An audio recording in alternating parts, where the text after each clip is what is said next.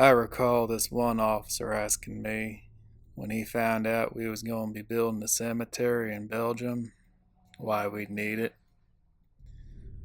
Probably got to be the dumbest question I've ever been asked, either here in the army or, hell, even back home.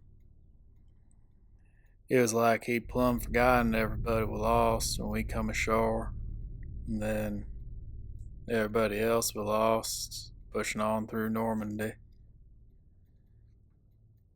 And he wasn't the only one. The new units that landed after the fighting had slowed down was full of boys that thought just the same. Like the Germans had had enough. Like they was gonna hightail it back home, have a little powwow, and chuck Hitler off a roof or something. They couldn't have been more wrong if they tried, because we didn't know it, but we were fixing to get our asses returned to sender. The engineering corps hadn't even finished putting up the huts when first meat wagons started rolling right on in. Turns out the Germans had been waiting for us the whole time. Sat behind miles of barbed wire and miles of minefields, ready to cut us to pieces. And they did. And when we was asking where most of the casualties were coming from, we kept getting told same name, one we'd come to hate. Hurtgen. A forest full of trenches, bunkers, and booby traps, and we fed thousands of our boys into it, like some kind of sick meat grinder. Every day was the same. Sometimes the same wagons making 3 or 4 trips. Hundreds of body bags to open up and empty out. We got pretty slick at it, real quick too. First of all, sifting the contraband out from the personal effects, and then it was tidying up the bodies insofar as we could, however we could. Try to spare the family seeing what we had to witness. I heard one of our officers telling another one that this was the devil's work. Don't even come close to the truth, though. Devil wouldn't do half of what Jerry did to these poor souls. And to make things even harder, amidst all this misery and this suffering, there was Lieutenant Boone running his little side hustle.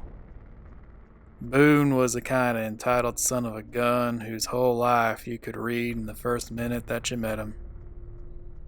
He was loud and he was a bully.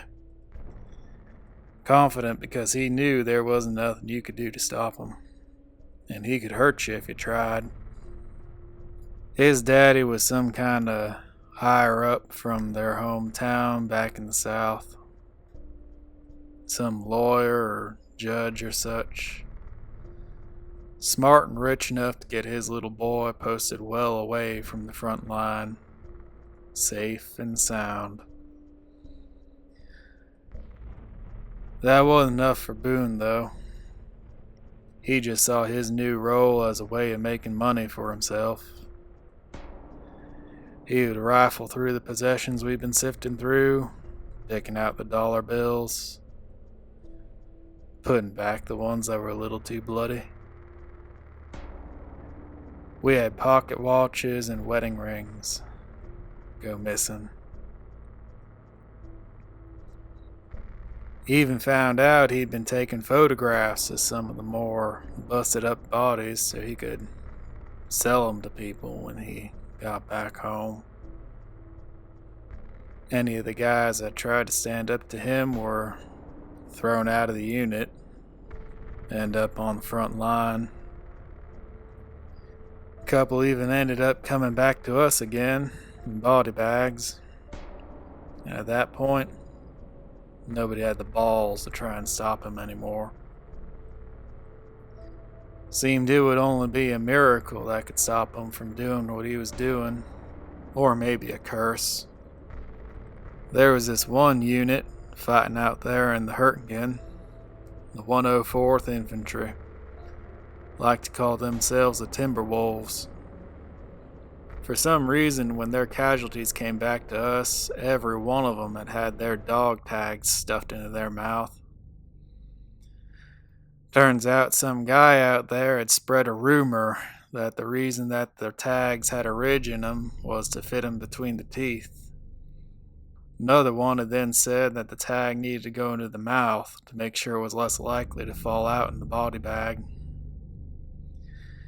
Didn't matter how many times we told the driver to pass a message back for them to stop it. They never did. Their casualties just kept coming back with tags in the mouth. Guess the message never got through, or maybe they were too busy to listen to it, or too stubborn. Most of the boys in that division were from out west, Nevada and Wyoming, and there were a lot who joined up from the local tribes out there.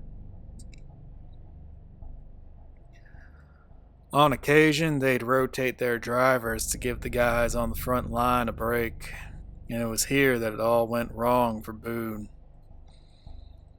One day, a wagon comes in from the Timberwolves, and it's being driven by a GI who was originally from the Cheyenne, or some other tribe out there. Turns out he'd asked to drive the wagon that day, as a couple of the guys in the back were his friends from the same tribe back home in Wyoming. We'd offered him a smoke, and while the orderlies were emptying out the wagon, that's when he overheard someone let slip about Boone. Next thing you know, all hell's broken loose. This crazy-ass GI has gone walking right round the lieutenant's tent, ranting and raging, threatening him, screaming if he did anything like that to his buddies, interfered with them or some such, he'd be a dead man.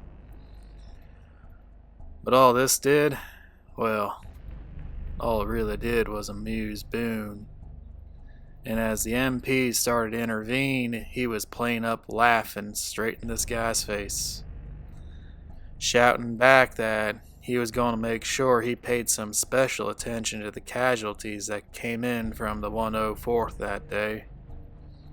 As they hauled him off, I remember the GI shouting the same thing at Boone over and over again. Chindi, Chindi. Next morning, Boone wasn't on parade, which in itself wasn't unusual. He'd previously allowed himself to be distracted with his fondness for ladies and liquor, and some of those rich boys, you don't really get to hold them to account. But when he didn't show up for breakfast, well, that was unheard of, so the sergeant sent us all around the cemetery to go looking for him. Didn't take long, and when they did find him, he was in the transit mortuary, lying there with the bodies we hadn't gotten round to the day before. I didn't see him myself, but from what the guys who did see him told me, Boone didn't die easy, and he didn't die quick. He was found lying on a slab, stretched out right in the middle of the room, lights off, his face cut to goddamn pieces.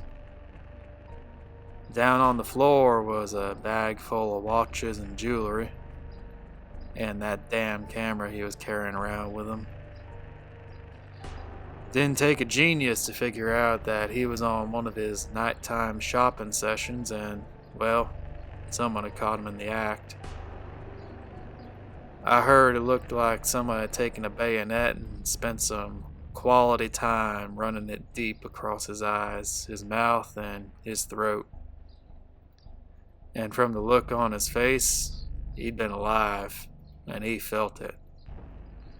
All the while they were doing that to him.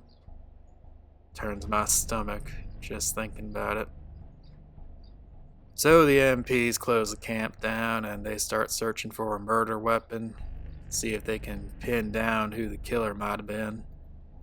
Wasn't like they were short of suspects neither, especially with Jerry running about, and as popular as Boone was, they checked the fences to see if anyone might have come in or out. Then they checked all of us for blood on our knives or our jackets, and there's nothing, not a trace of anything untoward, till a little later in the day. That's when we finally got around to opening up the body bags of the guys who'd come in from the Timberwolves. The two guys, the ones that GI had been so defensive of, well, they were in quite a state. The zips on their bags are found to be all busted up and torn, spattered in blood. The bodies inside, hands and the face, were absolutely slick with fresh blood. Wouldn't have been unusual, save that the injuries that had killed them were nowhere near the hands or face. And in their mouths, well, there was their dog tags, all covered in blood. They were bent up and chewed, as if they'd been gnawing on them. But there was no injury to the teeth or to the mouths, which, of course, raises the question, where'd that blood come from? I mean, you gotta ask. I never did find out what the word that GI had been using meant. Chindi. I asked a couple of guys from the other tribes in the years that followed, and they just went real quiet and told me to shut up. Truth be told, the way those guys said it, and what happened afterwards to Boone, well, I get the gist. Bad things happen, and if you make them worse, well, there's people and things out there that just might not like that. And they might just make things worse for you.